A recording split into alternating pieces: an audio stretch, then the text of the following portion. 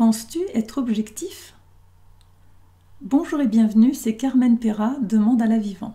Je suis coach d'alignement, artiste médium.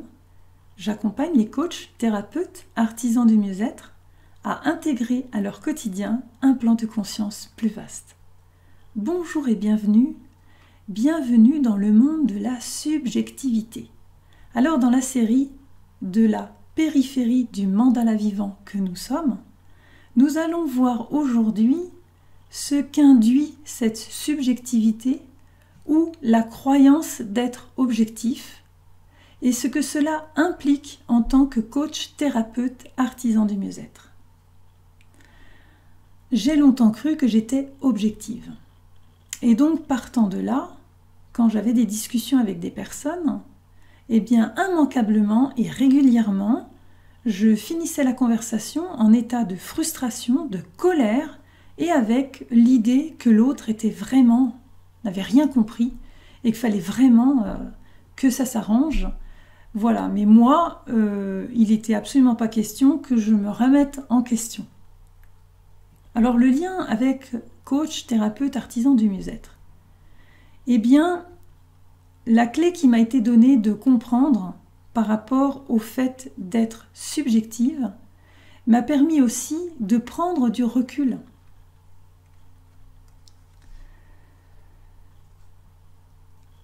Comme cette subjectivité fait partie intrinsèquement de la périphérie, donc de l'identité identifiée à quelque chose, je ne peux pas avoir accès à autre chose.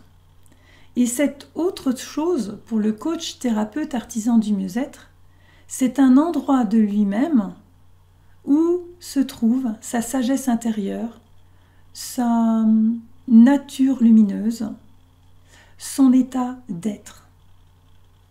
Donc à ce moment-là, quand nous sommes avec nos patients, quand nous sommes dans notre vie ordinaire, il n'y a pas de séparation entre les deux.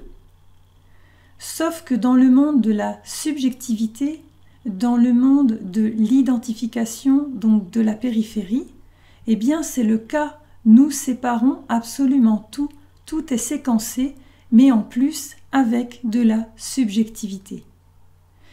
Ce qui fait qu'il y a un certain nombre d'informations auxquelles nous n'avons pas accès parce que nous résistons.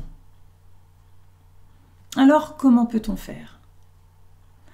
Eh bien, je vais vous indiquer ce que j'ai mis en place en fait pour moi-même quand je me trouve confrontée comme ça à quelque chose, que ce soit d'ordre personnel ou avec un patient.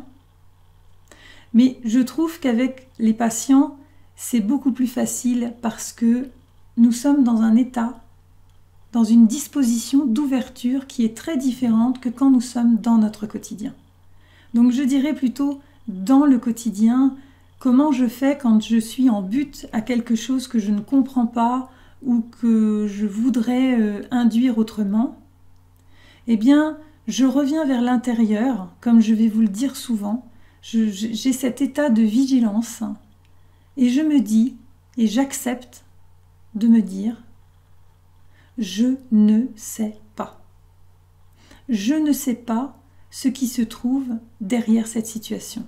Je ne sais pas ce que cette personne aujourd'hui me renvoie veut dire exactement.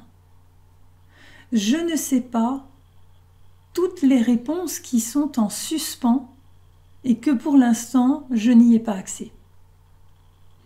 Donc en ayant ce mouvement-là, quand nous sommes pris par une situation, le fait de se reculer à l'intérieur pour simplement se dire, eh bien au fond, j'accepte de ne pas savoir, vous changez d'espace. Au lieu de rester dans la périphérie qui vous sépare de votre sagesse intérieure, vous faites un bond intérieur en connexion avec votre sagesse intérieure. Et très souvent, les réponses arrivent ensuite. Donc là, pour aujourd'hui, je vous invite à expérimenter cela parce qu'il n'y a rien de mieux que d'expérimenter par soi-même donc de vous mettre dans cet état de vigilance et d'oser vous dire, voilà, ça, je suis confrontée à ça, mais je ne sais pas. Je ne sais pas ce que ça veut dire. Vous acceptez donc que vous êtes subjectif et donc vous prenez le pas de laisser la place à plus grand que vous. Alors je vous invite à poster vos témoignages, poster vos commentaires, partager vos aventures, ce que vous avez constaté. Si vous souhaitez aller plus loin, vous pouvez vous inscrire à cette chaîne pour recevoir régulièrement des posts. Et si encore vous poussez plus loin, vous avez envie de plus, d'un accompagnement, puisque c'est mon travail, eh bien, vous pouvez vous inscrire sur l'agenda en ligne.